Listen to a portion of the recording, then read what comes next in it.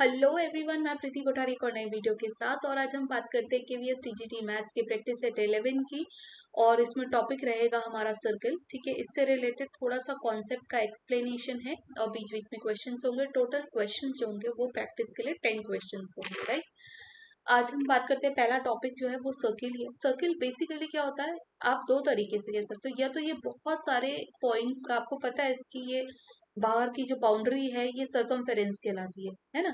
ये सर्कमफेरेंस है। तो ये जो सर्कमफेरेंस है ये बहुत सारे पॉइंट्स का कलेक्शन ही होता है, लेकिन इन पॉइंट्स की एक प्रॉपर्टी होती है कि ये फिक्स पॉइंट से इक्वी डिस्टेंस पे होंगे। ये सारे के सारे जितने भी पॉइंट्स है, इनफाइनाइट पॉइंट्स है, ये सारे के सारे पॉइंट किसी फिक्स पॉइंट से इक्वी डिस्टेंस पे होंगे। अगर ऐसे पॉइंट्स का कलेक्शन है तो वो सर्किल होता है। या फिर आप दूसरी लैंग्वेज में कह सकते हो कि कोई एक पॉइंट है, ये एक पॉइंट है, सपोजिंगली पी पॉइंट, ये मूव कर रहा है। ठीक है, तो एक पाथ पे मूव कर रहा है और इस तरीके से मूव कर रहा है कि एक फिक्स पॉइंट से जहां भी वो जा रहा है ना, उस सब डिस्टेंस जो है वो इक्वी डिस्टेंस है। तो उस इसका जो ये पाथ या लोकस है, इस लोकस को भी हम क्या कहते हैं, सर्किल कहते हैं। आप किसी भी लैंग्वेज में कह सकते हो। तो ये जो फिक्स डिस्टेंस होती है, इस फिक्स डिस्टेंस को तो हम रेडियस कहते हैं। ठीक है, और ये जो फिक्स पॉइंट है, इस फिक्स पॉइंट को हम सेंटर कहते हैं। अगर हम बात करें कि सर्कमफेरेंस में दो पॉइंट से जाने वाला ये जो लाइन सेगमेंट है, ये दोनों, ये जो लाइन सेगमेंट बन रहा है, इस लाइन सेगमेंट को हम कॉर्ड कहते हैं। अगर यही कॉर्ड जो है वो सेंटर से होते हुए चली जाए, इसी को हम डायमीटर कहेंगे। ठीक है, यही था हमारा, ये डायमीटर होता है। एक और होता है कि अगर कोई लाइन बाहर चले जाए, मतलब सर्कमफेरेंस को टच करते हुए बाहर निकल जाए, तो ऐसी लाइन को हम सीकेंट कहते हैं। ठीक है, वही एक और, वैसे तो मैं बाद में अगर कुछ और भी, अभी सर्कल से रिलेटेड काफी क्वेश्चन बाद में भी करेंगे, उसमें मैं बताऊंगी आपको। अगर ये किसी, इसके कोई लाइन जो है सर्किल को टच कर रही है और वो टच केवल एक ही पॉइंट पे करती है, और वो पॉइंट को हम पॉइंट ऑफ कांटेक्ट करते हैं, तो ऐसी जो लाइन है जो सर्किल को टच कर रही है, इसको हम टेंजेंट कहते हैं। ठीक है, तो ये कुछ सर्कल्स के बारे में रफ एक आइडिया मैंने आपको दे दिया। अब देखते देखो, सर्कमफेरेंस आपको पता होगा, सर्किल का जो सर्कमफेरेंस है उसे 2πr कहते हैं। अब देखो सेमी सर्किल बन गया, जैसे ये सर्किल था, इसका मैंने आधा कर दिया तो ये सेमी सर्किल बन गया। अब मैं सिर्फ सेमी सर्किल की बात करूं कि सेमी सर्किल का सर्कमफेरेंस कितना होगा। सर्कमफेरेंस मतलब होता है एक तरीके से पेरीमीटर। पेरीमीटर मैंने कल भी बताया था, पेरीमीटर क्या होता है, बाउंड्री की लेंथ होती है। अब वैसे ही इसकी बाउंड्री क्या है, अब देखो इसकी बाउंड्री ये भी है, ये क्या है, डायमीटर है। और ये हाफ सर्कमफेरेंस है, तो हाफ सर्कमफेरेंस मतलब ये जो पाई आर था इसका आधा कर दिया तो पाई आर बच गया, 2πr का आधा किया तो पाई आर, और ये क्या है, 2r, ये डायमीटर है। तो इसकी जो जो इसका सर्कमफेरेंस होगा वो कितना होगा, वो होगा आपके पास, ये तो जो 2r है ये भी होगा और पाई आर ये भी होगा, इनका ऐड ही आपके पास इसकी टोटल बाउंड्री होगी, सर्कमफेरेंस होगा। वहीं अब हम देखो, अगर मैं इसका एक और, इसमें एक और पीस कर देती हूँ, तो ये वाला जो पार्ट होगा ना, इस ये क्या हो गया, ये इस सेमी सर्कल का भी मैंने आधा कर दिया, तो अब ये पार्ट क्या हो गया, इसको हम इसका क्वाड्रेंट कहते हैं। क्वाड मतलब चार, चौथा भाग है ये। ठीक है, तो ऐसी कंडीशन में अब देखते हैं इसकी सरकमफेरेंस क्या होगी। सरकमफेरेंस मतलब पेरीमीटर, मतलब बाउंड्री। ठीक है, अब क्योंकि पेरीमीटर वर्ड हम उनके लिए कहते हैं जो वो क्लोज फिगर जो केवल लाइन सेगमेंट से मिलकर के बना होता है, वहां हम पेरीमीटर यूज करते हैं। इसलिए सर्किल के लिए हम सरकमफेरेंस यूज कर रहे हैं। ये देख रहे हो आप, इसमें एक तो दो रेडियाई मिली हुई, तो एक आर ये हो गया, एक आर ये हो गया, और ये कितना है, ये हमारा जो पाई आर था ना, सेमी सर्किल था, उसका भी आधा है।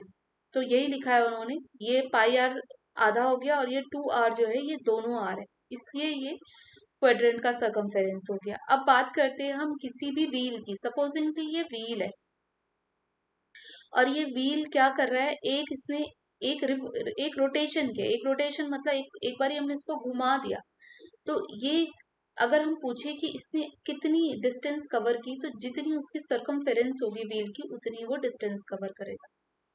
एक ये है कि number of rotation of a wheel in travelling a certain distance, मतलब उसने सपोजिंगली n टाइम्स किसी व्हील ने रोटेट किया, घूमा है वो। ठीक है, तो उसने कितनी डिस्टेंस ट्रैवल की होगी, या नंबर ऑफ रोटेशन निकालने के लिए हम क्या करते हैं, जितनी उसने डिस्टेंस ट्रेवल।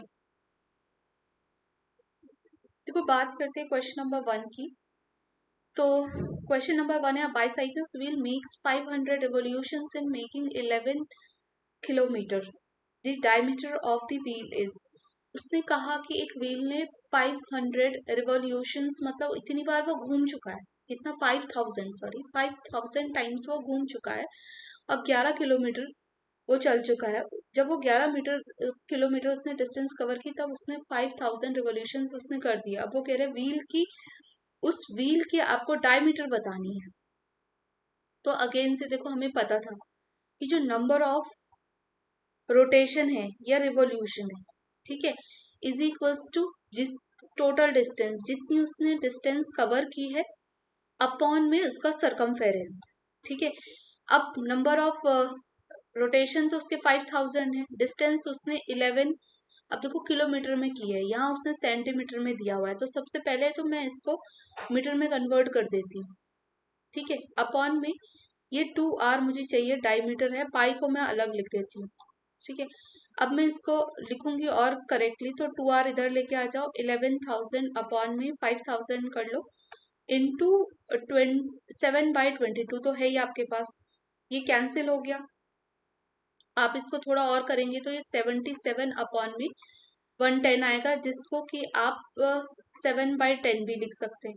अब 7/10 ये मीटर में आया हुआ है, आप इसको सॉल्व करेंगे ना तो ये 70 सेंटीमीटर की फॉर्म में आ जाएगा, जो कि हमारा फर्स्ट ऑप्शन करेक्ट हो जाएगा। अब नेक्स्ट देखते हैं, ये कह रहा है एरिया ऑफ सर्कल, तो हमें पता है area of circle pi R square होता है। अगर हम सेमी के लिए करेंगे तो आधा हो जाएगा, क्वाड के लिए करेंगे तो 1/4 पाई आर स्क्वायर हो जाएगा, राइट। अब बात करते हैं सेकंड क्वेश्चन की, if the ratio of the circumference of to circles is. देखो दो सर्किल का सर्कमफेरेंस का रेशियो दिया है, तो एक सर्किल का 2πr1 है, 2πr2, यही सर्किल को डिफरेंट कौन बनाएगा, उसकी रेडियस मैंने दोनों अलग ले ली और 3/1 कर लिया। वो कह रहे हैं इनके एरिया का रेशियो। सबसे पहले तो ये ध्यान रखो, जब भी आपके पास सर्कमफेरेंस का रेशियो आएगा, इसका मतलब वो डायरेक्टली आपको रेडियस का रेशियो दे दे रहा है, ये कैंसिल हो जाता है, ठीक है। अगर हम बात करें उसका जो एरिया का रेशो है वो निकालना है हमें, तो आप देखोगे कि ये R1 और R2 का होल स्क्वायर बन रहा है। क्या बन रहा है? R1 और R2 का होल स्क्वायर बन रहा है। R1 और R2 क्या है आपके? 3/1 का होल स्क्वायर है, जो कि कितना आएगा? 9:1, फर्स्ट ऑप्शन करेक्ट। अब कहीं पे भी देखो रेडियस और एरिया, अगर दो रेडियस का रेशो गिवन है, एरिया मांग रहा है, तो आपको उसका स्क्वायर कर देना है। अगर वो उसने एरिया दिया होगा, रेडियस निकालना होगा, तो रेडियस का रेशो कितना हो जाएगा? स्क्वायर रूट में निकलेगा। देखो जैसे सेकंड है, the ratio of the areas of to circles, जैसे A1 A2 दे दिए उसने, ठीक है, 4/9 दे दिए, then the ratio of their radii. मैंने क्या कहा, अगर एरिया का रेशो दिया हुआ होगा तो आप रेडियस का रेशो आराम से निकाल सकते हैं उसका स्क्वायर रूट करके, तो 2/3 इसका आंसर हो जाएगा, राइट। अब नेक्स्ट देखते हैं, circumference of a circle is 2πr is equal to 11 है, then the area of its quadrant. अब हमें पता है क्वाड्रेंट का एरिया 1/4 पाई आर स्क्वायर होता है, यहीं से कर लो। r कितना हो जाएगा? 11/2π। 2π को भी थोड़ा सॉल्व कर लेते हैं, क्योंकि यहाँ पाई में आंसर नहीं है हमारे पास, या 2π ऐसे ही रहने देते, देखते हैं अभी आगे क्या सॉल्व हो रहा है या नहीं। अब इसमें पुट कर लो, तो पाई को ऐसे ही रहने दो, 11/2π इंटू 11/2π, ये हो जाएगा। एक पाई से एक पाई कैंसिल हो गया, ये हो रहा है 11 इंटू 11 अपॉन में 4 इंटू 2 इंटू 2 इंटू 22 और ये 7, ठीक है। तो 11 2 जा 22 हो रहा है, ठीक है।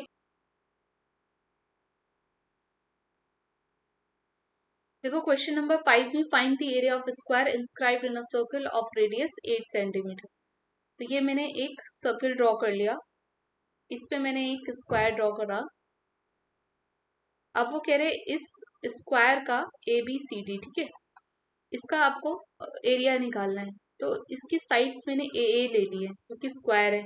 अब आप ये देखोगे इसका जो डायगोनल है वो डायमीटर होगा सर्कल का, ठीक है। तो जिसकी लेंथ कितनी होगी? ये भी 8 है, ये भी 8 है, 16 हो जाएगी। अब पहले मैं BD निकाल देती हूँ। BD क्या होगा, ए स्क्वायर प्लस ए स्क्वायर होगा, पाइथागोरस से निकाल सकते हैं हम क्योंकि ये स्क्वायर है।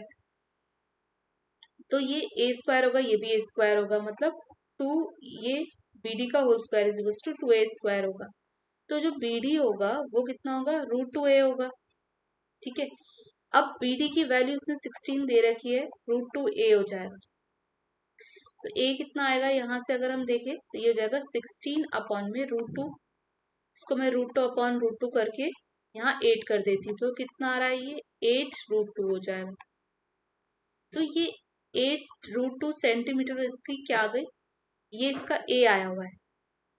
अगर मैं इसका एरिया देखूं तो एरिया कितना होता है, ए इंटू ए होता है किसी स्क्वायर का एरिया। अब इसमें करके देखो आप, 8√2 8√2 इंटू 8√2, तो 8 8 जा 64 इंटू 2 कितना हो रहा है,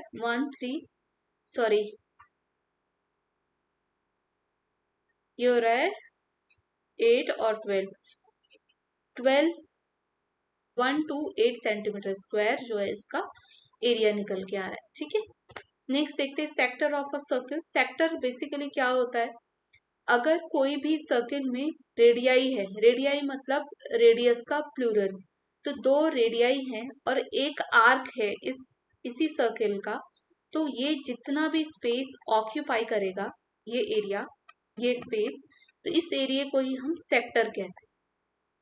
अब आप कहेंगे ये भी तो एक आर्क है और ये भी रेडियाई है, तो ये भी तो कोई ना कोई स्पेस ऑक्यूपाई कर रहा, हाँ ये भी सेक्टर है। तो सिर्फ सेक्टर लिखा होगा तो उसको हम माइनर सेक्टर कहते हैं, और ये जो दूसरा सेक्टर है इसको हम मेजर सेक्टर कहते हैं। सेक्टर 2 तरीके के बनेंगे। ठीक है, अब वो देखना होगा, जो भी आपको गिवन होगा उस हिसाब से आप निकालेंगे वैल्यू। तो सेक्टर क्या है, रेडियस, 2 रेडियाई और एक आर्क, इस सर्किल का एक आर्क जो स्पेस ऑक्यूपाई कर रहा होगा उसको हम सेक्टर कहेंगे। अब है length of an arc of a sector. अब सेक्टर मैंने बताया ये मेजर हो जाएगा, ये माइनर हो जाएगा।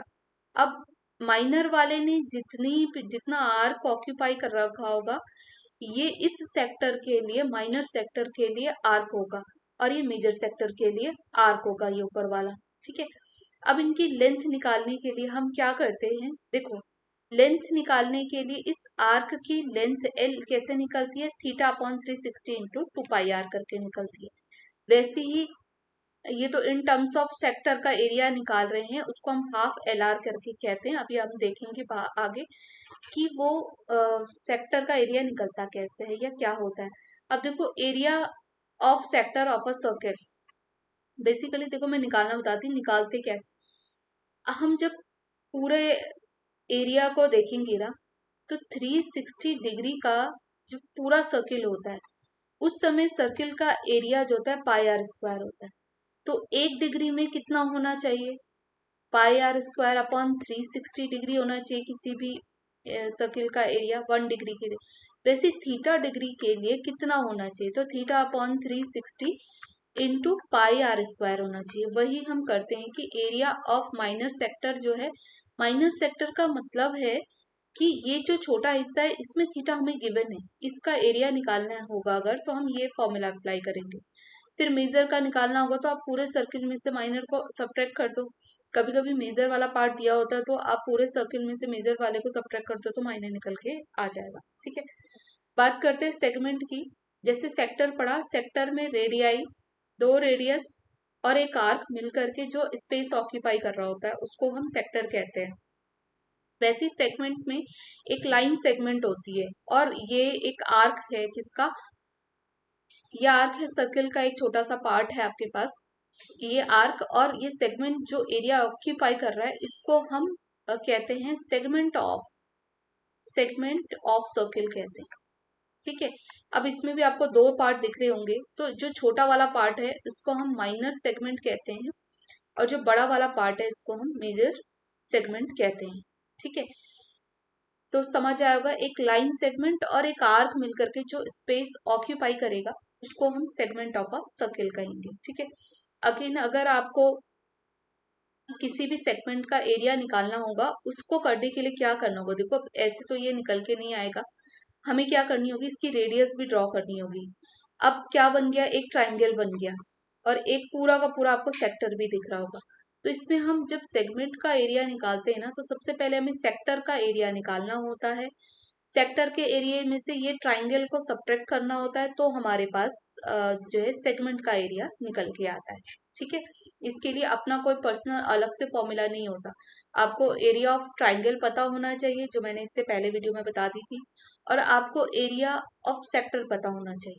ठीक है, अब देखो नेक्स्ट क्वेश्चन है, if the perimeter and area of a circle are numerically equal, मतलब पेरीमीटर अगेन किसके लिए कह रहा है, सर्कमफेरेंस के लिए, और उसका अगर एरिया दोनों बराबर है तो वो रेडियस ऑफ सर्किल पूछ रहा है। तो देखो रेडियस कैसे निकलेगी, पाई से पाई कैंसिल कर दो, 2r माइनस का r स्क्वायर इक्वल टू 0 कर दो, तो r भी कॉमन ले लो, 2 माइनस का r इक्वल टू 0 हो जाएगा। तो r की दो वैल्यू 0 और 2 आ रही है, 0 नहीं हो सकती। अगर किसी सर्किल की रेडियस ही 0 है, इसका मतलब वो पॉइंट को डिनोट कर रहा है, सर्किल थोड़ी बनेगा।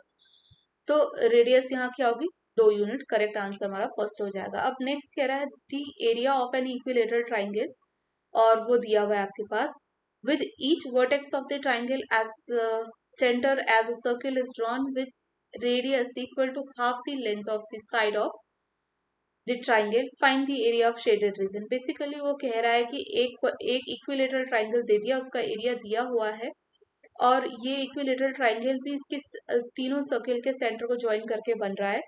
तो आपको दिख रहा होगा ये रेडियस है ना, हर एक सर्किल की रेडियस से बन करके ये इक्विलेटरल ट्राइंगल बना है। ये अंदर का एक एरिया दिख रहा होगा आपको, जो मैंने थोड़ा सा रेड कर दिया, आपको ये रेड वाला एरिया निकालना है। तो आपको मिल जाएगा, अगर ये देखो ये भी आपको सेक्टर 1 दिख रहा है, सेक्टर 2 है, सेक्टर 3 है। अगर आप कहीं से इन तीनों सेक्टर का एरिया निकाल दे और ट्राइंगल के एरिया में से सब्ट्रैक्ट कर दे, तो आ जाएगा आपका आंसर। सेक्टर के का एरिया निकालने के लिए सबसे पहला काम हमें क्या करना होगा, इनकी रेडियस चाहिए होंगी। तो बेसिकली मैं यहाँ से शुरू करती हूँ कि मुझे पता है √3/4 a² इक्विलेटरल ट्राइंगल का एरिया है, जो कि हमें 17,320.5 से ये दिया गया है।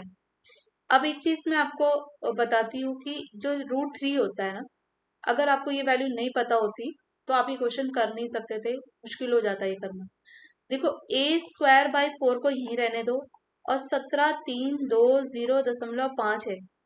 अपॉन में मैं क्या लिखने वाली हूँ, √3 की जो वैल्यू होती है वो होती है 1.73205, ये होती है, ये एक इरेशनल नंबर है, तो इसका तो कभी एंड होगा नहीं, है ना। हमें इसकी जितनी वैल्यूज की जरूरत होगी, एक तो नॉन रिपीटिंग नंबर्स आएंगे और एंडलेस नंबर आएंगे, तभी इरेशनल है ना, नॉन टर्मिनेटिंग नॉन रिपीटिंग। तो इसमें भी इनको 5 की जरूरत थी, तो मैंने 5 जो है डेसिमल के बाद 5 डिजिट्स ले लिए हैं। वो कितना हो गया, 1.73205, ये आप निकाल के भी देख सकते हो।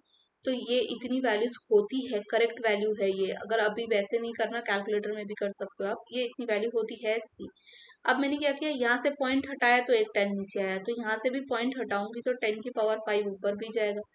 इन दोनों को भी सॉल्व कर दूं तो यहाँ 4 रह जाएगा, ये तो पूरा कैंसिल ही हो गया। बच गया कितना, a² is equals to 4 into 10⁴। अब आप a निकालेंगे तो वो 200 आ जाएगा, ये सेंटीमीटर आ गया।